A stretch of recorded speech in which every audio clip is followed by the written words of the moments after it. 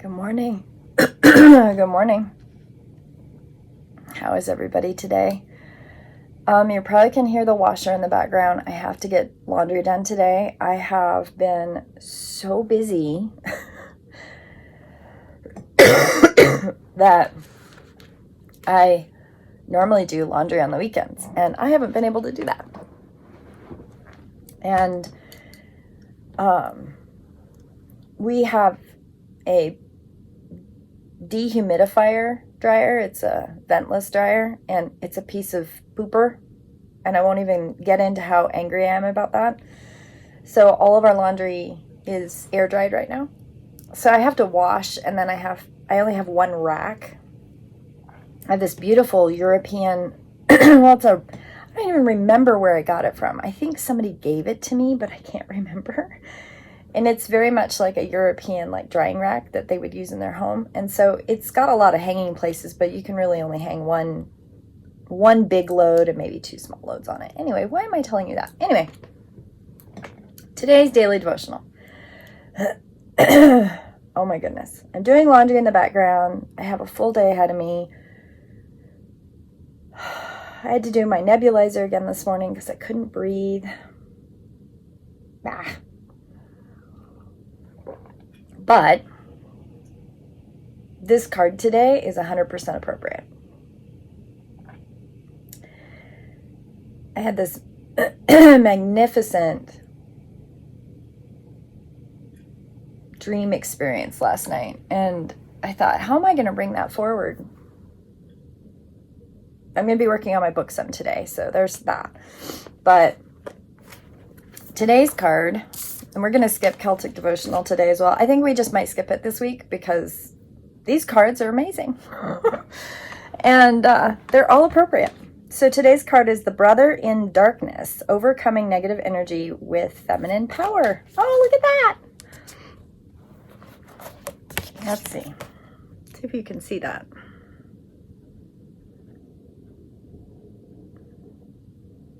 Isn't that beautiful? Downside about the words going all the way across, I can't hold it very well without, there it is. Look at that beautiful staff he's holding. Oh, gorgeous. So I'm just going to read. There's a test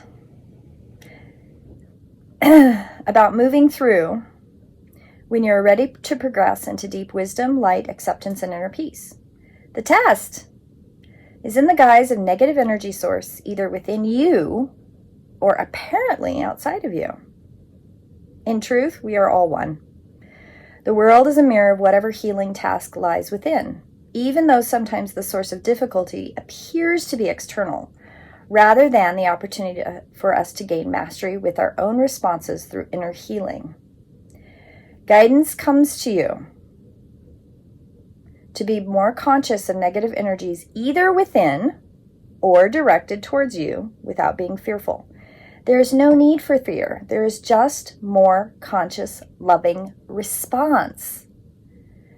In the story of Isis, the destructive emotions of her dark brother Set led to the murder of her beloved Osiris. He did not stop there. He attempted to destroy her beloved son-child and deny him his rightful rulership. Set teaches us that destructive emotions can gain awful power if we leave them unchecked and do not conscientiously respond to them. Isis teaches us to have love, faith, persistence, courage, intelligent and honest awareness to overcome even the darkest power. Your guidance is to rise above fear, anger, jealousy, hatred within you, or directed towards you, or perceived towards you. This will require your feminine strength or your fierce compassion not to judge or resist out of fear. Compassion is great strength. It gives and sees the truth in all situations and does not pander to lies or deceptions in order to paint everything as nice. Compassion is wisdom. It knows that a wolf can cause harm even if it's dressed as a sheep. You are guided to be attentive and honest about negative influences within or directed towards you or outside of you. without judgment, or their source, or paying undue attention with fear. You simply need recognition and then to respond with compassion and clear, loving, firm boundaries. This boundary will very often be an internal shift energetically for you and may not require any further action. You are guided, however, to respond to the growth of any negativity before it becomes more consuming. Part of each person's spiritual path is to honor the darkness as a way through to greater consciousness, not to fight against darker potentiality, destructive emotions with force, but allow them to have compassion instantly, removes the resistance that creates psychic glue and causes darker entities to get stuck within us. Trust your feminine values, whether man or woman, and don't believe for one moment that you're obligated to wear another's negativity for them. You are not.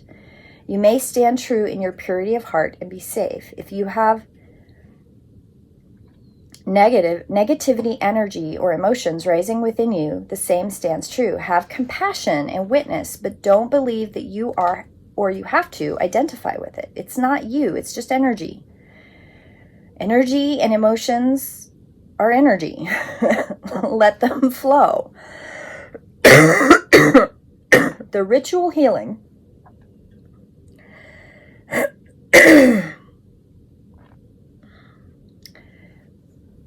is transmutation of fear into love, and that requires compassion, and that requires grace.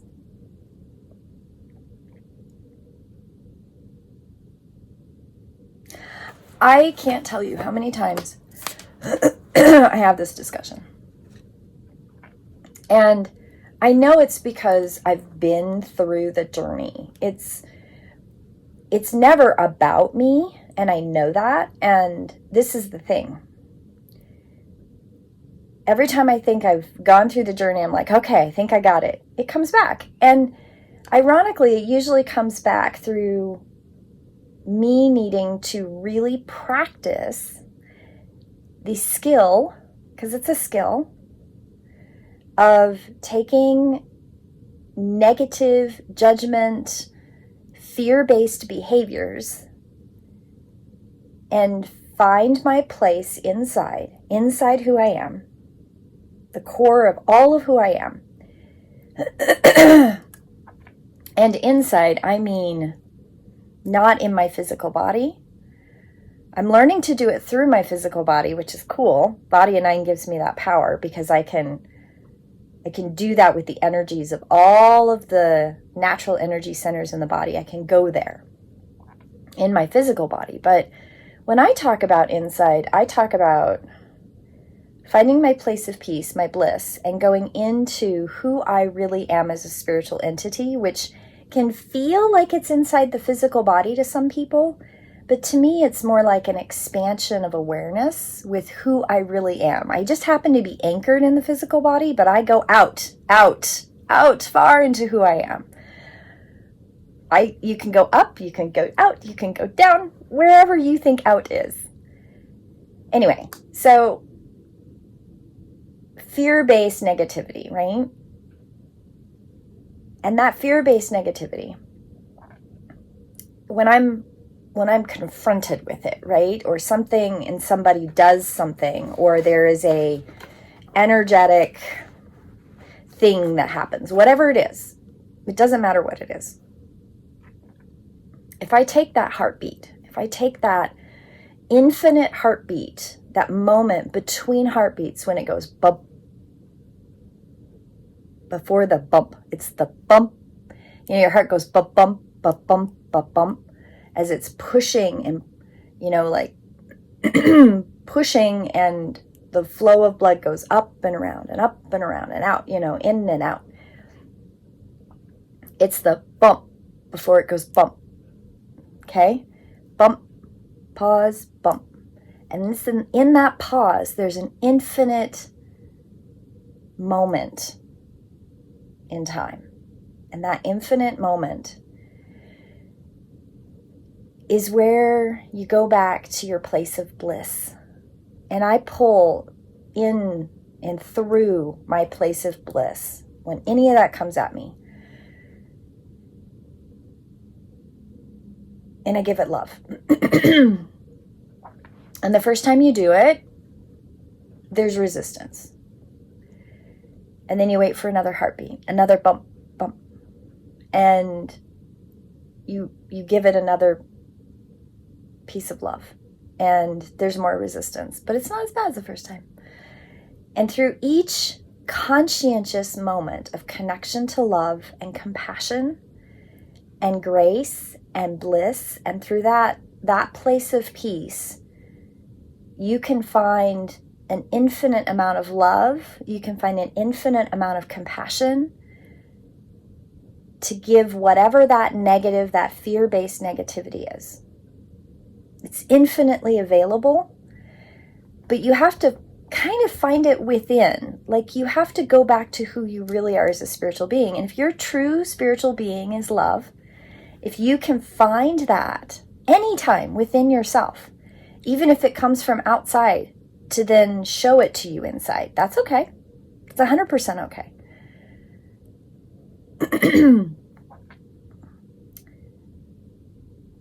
If you've never been shown what true unconditional love is, it can be sometimes hard to believe that you have that within yourself, but we all have it within ourselves. No one is separate from this. No one is exempt from this. And this card is all about, there's been recently conversations about the word darkness, and I can't help but to think back to, I'm an artist, so I think of things in black and white and dark and light and up and down, and like there's such variation in between all of those extremes. And if you think of darkness in a room, it just means there's no light source. But is darkness ever truly dark? No, because even in darkness, you have the stars in the sky. There's light of many millions of stars, like our sun, in the universe. And when you have darkness in the deepest cave, there's still entities that find glimpses of light, and they can move in that darkness. They have found ways to adapt through smell and touch and sight. We're never truly completely in the dark because we have all of these other senses that give us the connection through light, through connection, through love. Love is light. Light is love. Fear can be transmuted into love because fear is a representation of the appearance of darkness. There is never truly darkness. It is an appearance. It is a journey. It is a way to adapt all of the other senses into learning how to transmute into love, to connect to each other through the absence of what seems like the absence, through one perception. Darkness is a perception of lack of connection to others because it seems like there's no light, but it is a perception. There is always light. There is always connection. Always.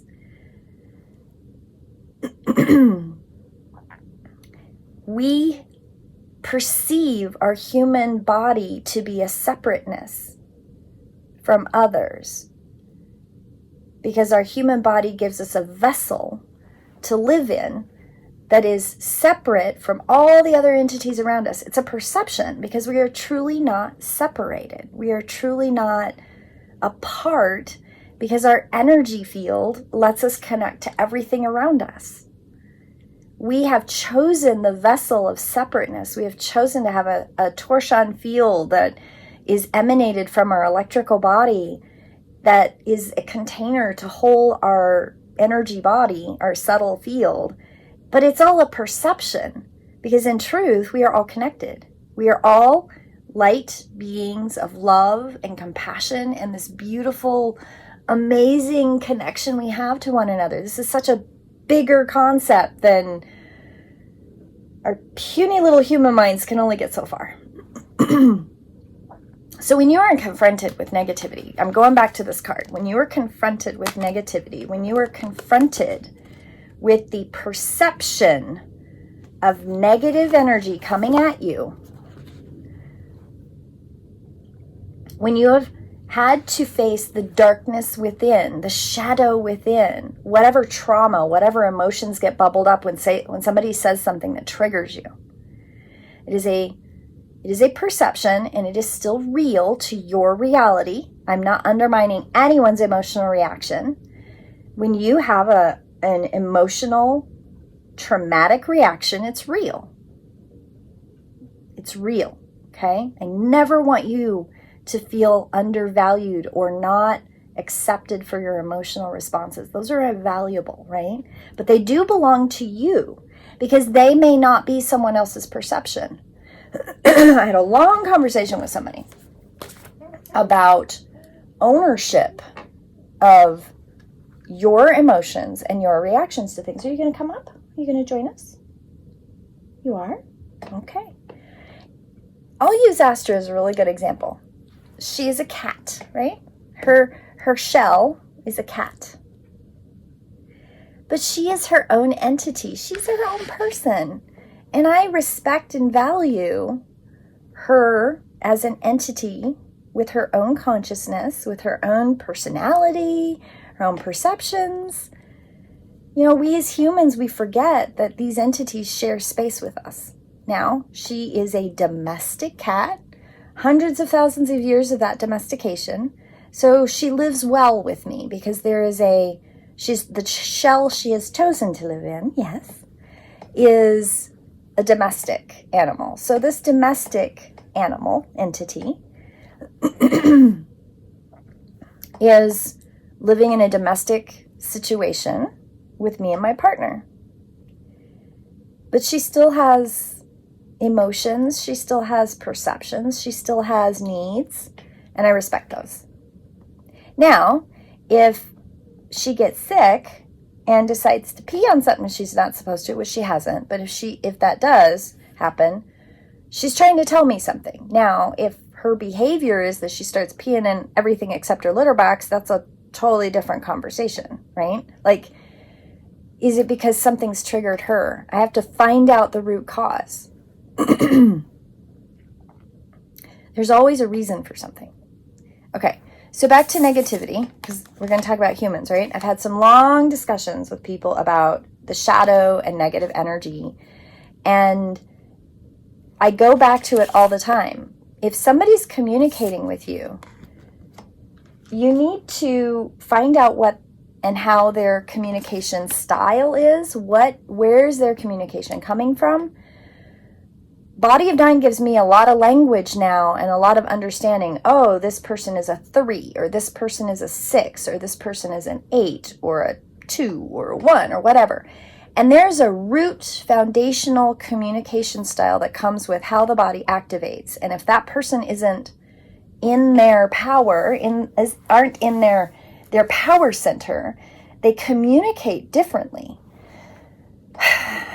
This one's a hard one for me sometimes. If they're not physically in that power center that gives them activation, they aren't being in a place where they can communicate clear with you. They get caught in a cyclone of their own negative emotional responses. And helping them out of that is something that we can all learn that language. It is not exclusive to energy healers. It's not exclusive to counselors, and counselors miss it too if they don't have that understanding. And if you can get your natural number identified, 2 things happen. 1, you know where your activation is and you can go there and you can use that to communicate when negative, shadowy shit comes at you. You can learn to activate that in your body, and learn to communicate from your place of power, your place of truth. And you can find that place of compassion and transmutation from negativity into love easier. Not automatic and not immediate, and you still have to deal with your trauma, but it can help.